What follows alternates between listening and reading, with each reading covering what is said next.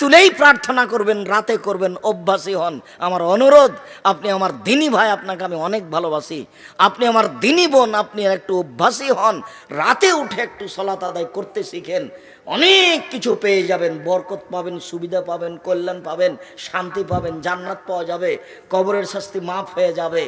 আর রাতের শোয়ার সময়তে সকলের জন্য নতুন মনে একটি আছে ভিডিও কি, নিয়ে আসলাম। কবরের শাস্তি হবে না আজকে চারটা বয়ান কাজে। করবেন আব্দুর রাজ্জাক বিন ইউসুফ।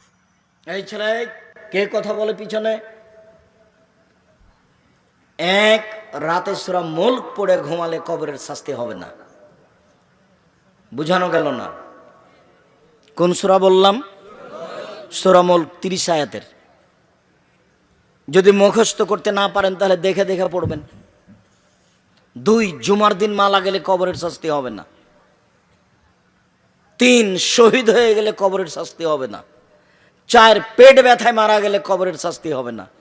তাহলে 4টা হলো আমার জন্য, একটাই সহজ, বাকিগুলো সহজ নয়। কোনটা সহজ?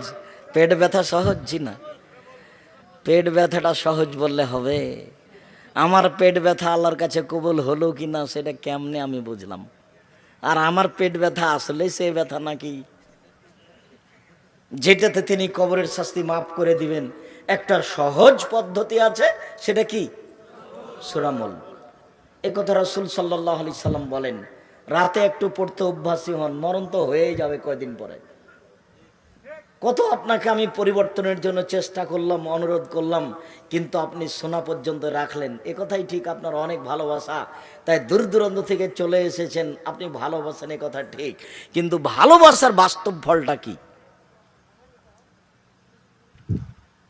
উবাদা ইবনে সামিত রাদিয়াল্লাহু তাআলা আনহু বলেন, রাসূল সাল্লাল্লাহু আলাইহি ওয়াসাল্লাম বলেছেন, মান তারা মিনাল লাইলে, কেউ যদি রাতে উঠে, উঠার পরে বলে লা ইলাহা ইল্লাল্লাহু ওয়াহদাহু লা শারীকা লাহু লাহুল মুলকু ওয়া লাহুল হামদু ওয়া হুয়া আলা কুল্লি শাইইন কাদির ও সুবহানাল্লাহি ওয়া আলহামদুলিল্লাহি ওয়া লা ইলাহা ইল্লাল্লাহু আল্লাহু আকবার ওয়া লা হাওলা ওয়া লা কুওয়াতা ইল্লা বিল্লাহ রব্বিগফিরলি রব্বিগফিরলি, এইটুকু বলার পরে ওযু করে যদি সালাত আদায় করে, তারপরে যা বলবে সেটা মেনে নেওয়া হবে, যা বলবে সেটা মেনে নেওয়া হবে, যা চাইবে সেটা দিয়ে দেওয়া হবে। বুখারী মুসলিম। দোয়া কি লম্বা হয়ে গেল? এই দেশে একটা বই পাওয়া যায়, আনি রাসূল সাল্লাল্লাহু আলাইহি ওয়াসাল্লাম দোয়া অধ্যায়, নাম শোনেননি মনে হয়? প্রত্যেকটা বাড়িতে রাখবেন, আমাকে ফাঁকি দিয়ে কোনো লাভ নেই। আমি যা চেষ্টা করার করেছি। এই দোয়া উপদেশ বইয়ে আছে, এই দোয়া কে বড় লাভবান বইয়ে আছে। বইগুলো সংগ্রহ করবেন, মাসিক আল ইতিসাম পত্রিকা পড়েন, এটা মুখপাত্র পত্রিকা, সবাকে পড়তে হবে, জরুরি। সাথে সাথে সামনের কালকে জুমা, তো পরের জুমায় সম্মেলন কোথায়? জামিয়া সালাফে, রূপগঞ্জ, নারায়ণগঞ্জ, ঢাকায়। আমি আপনার ভালোবাসা সেদিন দেখতে চাই, আপনি কেমন ভালোবাসেন। সেদিন বড় বড় কয়েকটা কাজ আছে, তার একটা কাজ আছে ইনশাআল্লাহ, সেদিন 200 শতক জমির ওপরে বাইতুল হাম জামে মসজিদ তৈরি হবে ইনশাআল্লাহ, যার একতলাতে 10,000 মানুষ সালাত আদায় করতে পারবে। সেই মসজিদের উদ্বোধন হবে 4 মার্চ রোজ শুক্রবার, সামনের শুক্রবার, কালকের পরে ইনশাআল্লাহ। প্রায় 50 বিঘা জমির উপরে এই প্রতিষ্ঠান অবস্থান করছে। আপনি গেলে খুশি হবেন, দেখতে ভালো লাগবে, মনের দোয়াটা সহজে বের হবে। আল্লাহ তুমি জামিয়া সালাফে কবুল করো। সঠিক আকীদার মানুষ পৃথিবীতে যারা যুগ যুগ ধরে, শতাব্দীর পর শতাব্দী, কালের পর কাল তারা এই জমি জায়গা ভোগ করবে, যারা সঠিক আকীদার মানুষ ইনশাআল্লাহ। আমি তো আছি, কয়দিন আছি, চলে যাব, এরপরে তো শতাব্দীর পর শতাব্দী মানুষ আসবে। এই ঢাকার একটা কেন্দ্রীয় জায়গাতে এই বিশাল ভূখণ্ড আহলে হাদিস ভোগ করবে ইনশাআল্লাহ, সঠিক আকীদার মানুষ ভোগ করবে ইনশাআল্লাহ। সম্মানিত দিনী ভাই বোন, আপনি এই দোয়াও পড়তে পারেন।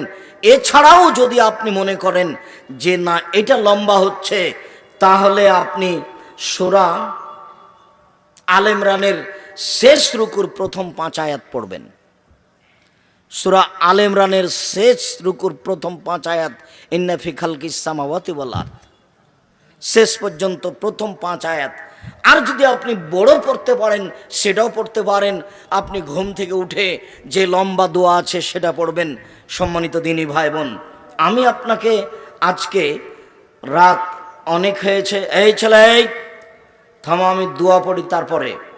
আজকে আমরা আব্দুর রহমানের বক্তব্য শুনেই অনেক সন্তুষ্ট হয়েছি, সেই ইতিহাস আমরা মনে রাখি এবং সেই অনুযায়ী নিজের পরিচয় দেওয়ার চেষ্টা করি। আমি আপনাকে আজকের লম্বা আলোচনা না শুনিয়ে শুধুমাত্র বলতে চাচ্ছি যে 5 ওয়াক্ত সালাত আদায় করেন আর রাতে অন্তত 2 রাকাত সালাত আদায় করে আপনার ইবাদতটা চালু করেন।